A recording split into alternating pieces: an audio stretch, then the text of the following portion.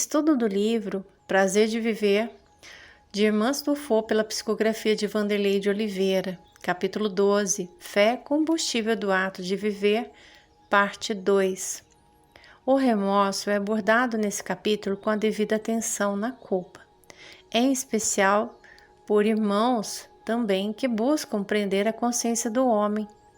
Baseado nos estudos do livro Porta Larga, O Caminho da Perdição da Humanidade, por Matias, um espírito que foi resgatado e que, redimido, auxilia nas forças do bem. O remorso é a prisão que é construída pelo próprio ser endividado, que foge à mudança ou recomeço, optando por cultivar o medo, insegurança e a sensação de vazio.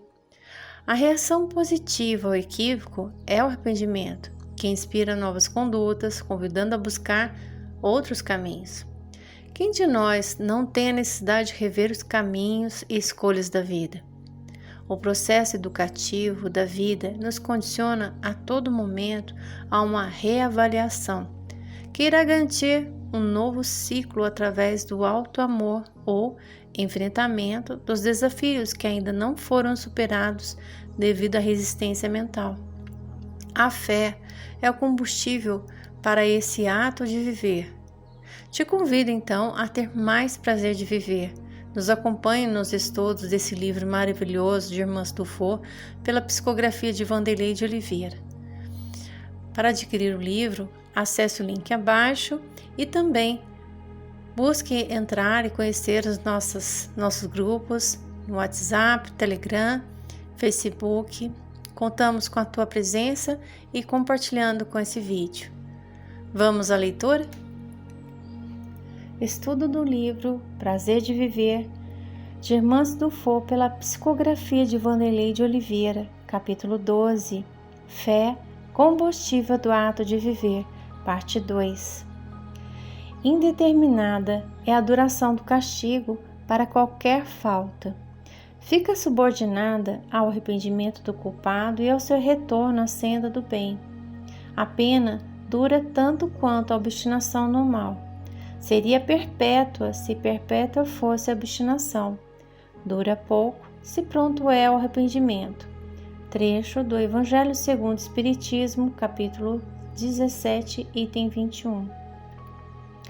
Na década de 40, fizemos um resgate nas regiões sombrias da erraticidade que jamais sairá de nossa tela mental. Uma alma querida do coração de Eurípides Barçanufo compunha as milícias nazistas que incendiaram o mundo de ódio e racismo ao findar dos anos 30. O soldado Matias era um escritor das trevas, assessor de ideias nocivas sobre a psicologia da maldade. Autor do livro Porta Larga, O Caminho da Perdição Humana, no qual desenvolveu um modelo de colonização do mundo mediante um estudo profundo da natureza humana. Sua tese está resumida na parte 1 dessa mensagem. O fundamento básico do livro é o remorso, a fixação prolongada no sentimento de culpa. Com base nessa teoria, até hoje, as sombras se arregimentam em suas ações, seja em que campo for do pensamento social. Quando resgatado, Matias trouxe em seus pertences um exemplar do livro, que está arquivado na biblioteca do Hospital Esperança. Na medida de sua conversão ao bem, o autor continuou seus estudos e passou a ser um voluntário, um colaborador ativo na preparação de servidores que vão reencarnar com missões educativas. Todos os que se preparam para essa finalidade fazem cursos com base no conhecimento dessa obra. Matias regressou ao corpo na década de 50 com o objetivo de levar ao mundo melhores noções sobre a substância enobrecedora de sua inteligência e de sua argúcia psicológica. Na condição de médium, enfrenta os mais severos embates com seus vínculos nas regiões abismais, onde deixou uma família extensa de laços sagrados. Antes de seu regresso, deixou em nossa casa de amor vários títulos com conteúdo moral e psicológico avançados. Tomando por base alguns desses volumes educativos, vamos agora, nessa parte 2, registrar a antítese da mensagem anterior. Seu remorso é o núcleo do derrotismo. O arrependimento é a alavanca de motivação para a remissão da consciência. O fundamento filosófico e psicológico de todas as plataformas intelectuais das organizações da maldade assenta-se em um só princípio: travar a libertação da consciência. Na consciência encontram-se as leis de Deus segundo o Livro dos Espíritos, questão 621. No self glorioso está a chama da alegria de viver. Impedir o contato com esta fonte permanente de luz e sabedoria é reprimir a pulsão da vida até que o homem venha a tombar na descrença, isto é, a imantação mental sob os comandos do ego. Muito antes de Freud, as teorias psicanalíticas já eram estudadas no século XIX nas esferas urbanas da semicivilização.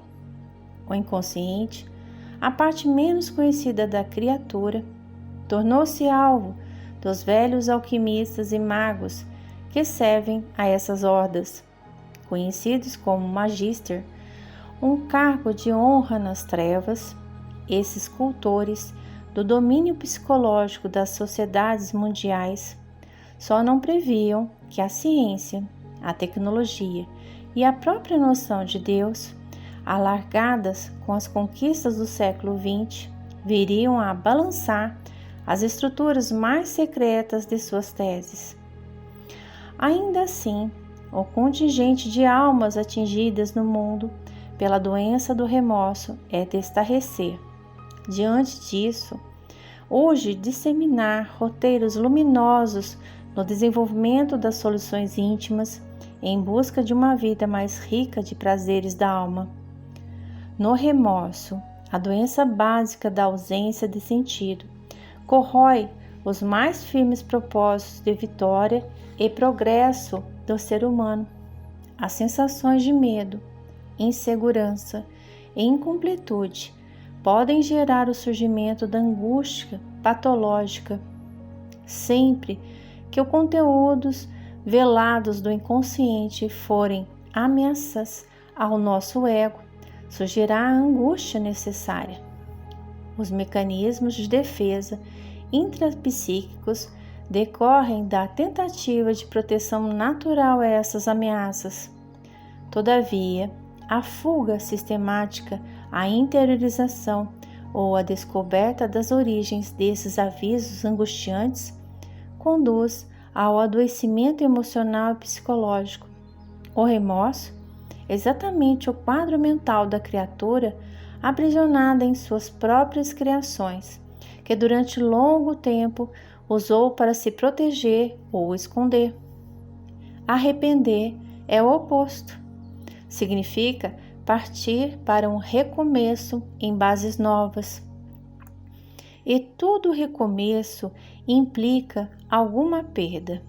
Esse, o maior receio de qualquer pessoa habituada a fugir. Eis o maior medo que acomete a criatura diante das mudanças necessárias em sua vida. A palavra mudança, para quem se acha adoecido psiquicamente, é um desastre de proporções incalculáveis. Sem arrependimento legítimo, porém, não há cura, não há melhora.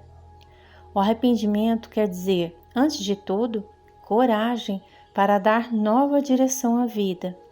Remorso é ruminar culpas, algemar-se à dor, fazer-se de vítima da vida e fugir das responsabilidades pessoais. No arrependido encontramos algumas características marcantes que refletem o estado íntimo de quem realmente quer recomeçar, tais como honestidade emocional, intensa capacidade produtiva, reconhecimento de seus limites humanos com vigorosa aceitação de si mesmo, autoconfiança e independência emotiva, distância do conformismo, orientação psicológica para a realidade. O espírito arrependido na vida espiritual reencarna com mais dilata sensibilidade para realizar esse redirecionamento. Ainda assim, não escapa ao calendoscópio de sentimentos e emoções em céleres mutações mentais, culpa, medo e tristeza. Aqui também comparecem, com a diferença de que, nesse clima psíquico, são vetores de orientação que criam um estado de pressão íntima com fins educativos.